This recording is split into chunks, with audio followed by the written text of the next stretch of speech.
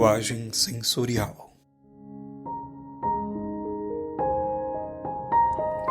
Suas palavras em uma página podem detonar fogos de artifício linguísticos que espolcam com significados múltiplos na mente de seu leitor. Para que as ideias vivam, devem ser descritas na linguagem dos vivos, na linguagem dos sentidos. Quando você descreve algo de forma que o leitor possa ver, ouvir ou tocar, então você está usando uma linguagem sensorial. Quando usa abstrações como compreender, pensar, educação, interessar, não está. Alguma linguagem não sensorial se faz necessário dependendo do assunto, mas não deixe que predomine. Na ficção, a regra de ouro é: mostre, não conte. Deixe que o leitor veja, ouça e sinta a sua história. Esse princípio se aplica à não ficção sempre que possível.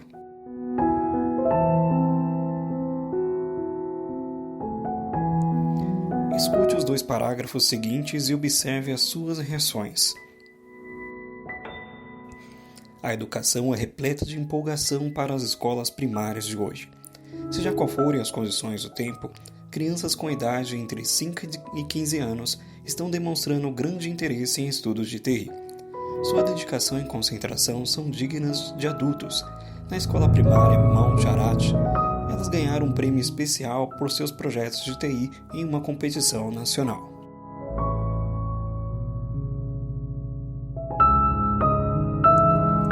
A fronte de Peter se enruga quando olha para a tela do computador. Aqui na escola primária Mount Ararat, os raios de sol se rompem pelas janelas, mostram os grãos de poeira dançando no ar da velha sala de aula, onde Peter e seus amigos estão abrindo mão de seu intervalo para aperfeiçoar um programa de computador no qual estão trabalhando. Já ganharam um prêmio que reside na prateleira do meio da sua sala e estão claramente pretendendo ganhar outro. O primeiro parágrafo não utiliza quaisquer palavras sensoriais. O segundo utiliza descrições sensoriais mais imediatas. A linguagem sensorial ajuda a engajar os leitores porque os faz criar imagens, sons e sensações específicos, evoca uma resposta. A linguagem não sensorial não elicia resposta tão forte. Abstrações demais têm probabilidade de colocar o leitor em transe. Ele acordará no final da página sem ter absorvido coisa alguma. Leia o que segue para saborear aquilo que abstrações demais podem fazer.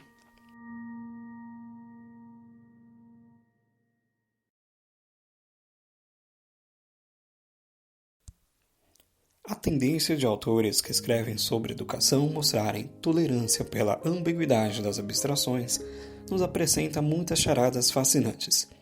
Tais abstrações nada acrescentam à premência do texto e suscitam indecisão, nebulosidade e falta de clareza.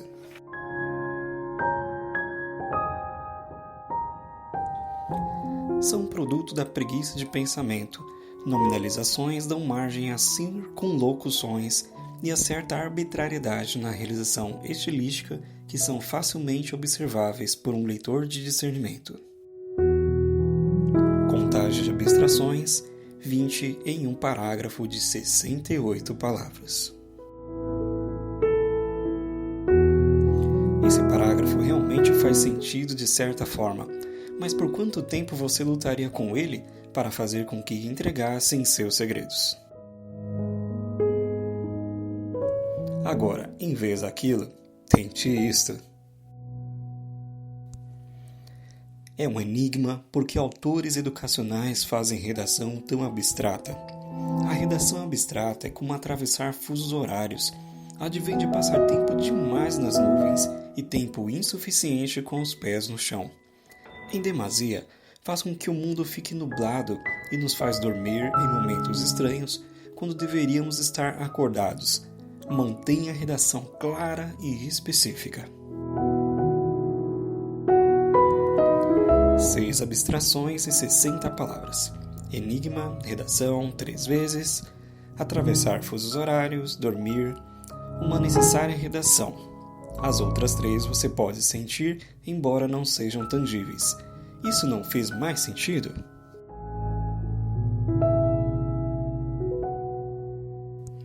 Metáforas são um meio excelente de usar linguagem sensorial.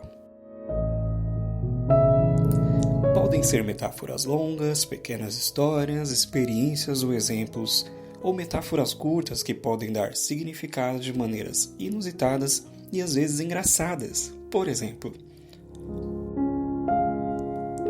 uma uivante nevasca de caspa cobria seu colarinho. Era tão branco quanto a luz das estrelas brilhando sobre a neve. A luz vazava como água gelada por trás da janela.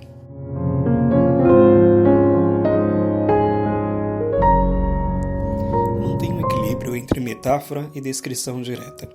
Use metáforas como sal e pimenta na comida.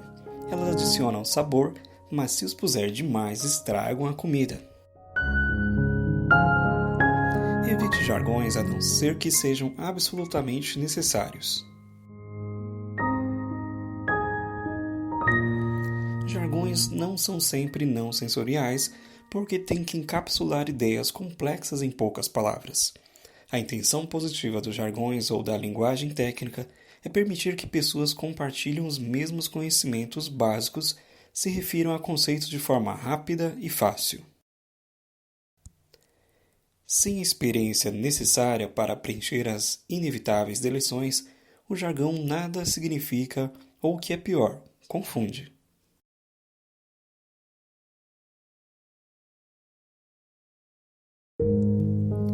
Palavras de jargão são âncoras de grupo. O jargão também cria rapport de grupo e pode criar uma barreira a quem é de fora. Grupos frequentemente sujeitam recém-chegados a cerimônias de iniciação com jargão. A PNL tem mais do que seu justo quinhão de jargões, portanto, desenvolva maneiras de se referir aos conceitos de PNL que sejam facilmente compreendidos por pessoas não treinadas em PNL. A PNL diz respeito à experiência subjetiva. Todos sabem disso no seu íntimo, portanto, a PNL deve ser clara e sem jargões. A PNL deve ser compreensível para uma criança de 11 anos.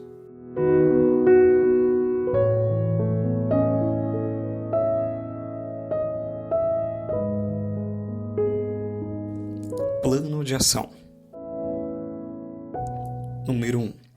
Da próxima vez que escrever alguma coisa, seja uma carta, um relatório de negócios, um conto ou um artigo. Calcule o índice de nevoeiro. Está abaixo de 10? Conte os substantivos abstratos, nominalizações. Você pode eliminar algum deles com palavras ou metáforas baseadas em sentidos? Observe o comprimento de suas sentenças. 20 palavras devem ser o máximo absoluto, a não ser que haja boas razões em contrário. A maioria das sentenças deve ter menos do que 18 palavras.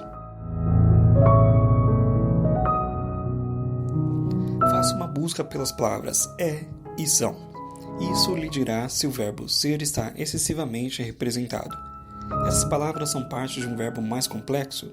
Se não forem, refraseie tantas quantas puder.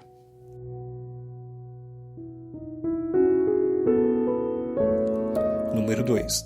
Pegue um artigo ou conto do que gosta e faça um pouco de modelagem informal.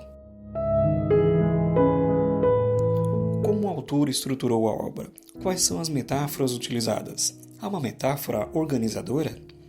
O texto foi escrito predominantemente na primeira posição, experiência pessoal, na segunda, falando de outros, ou na terceira, objetivo e geral.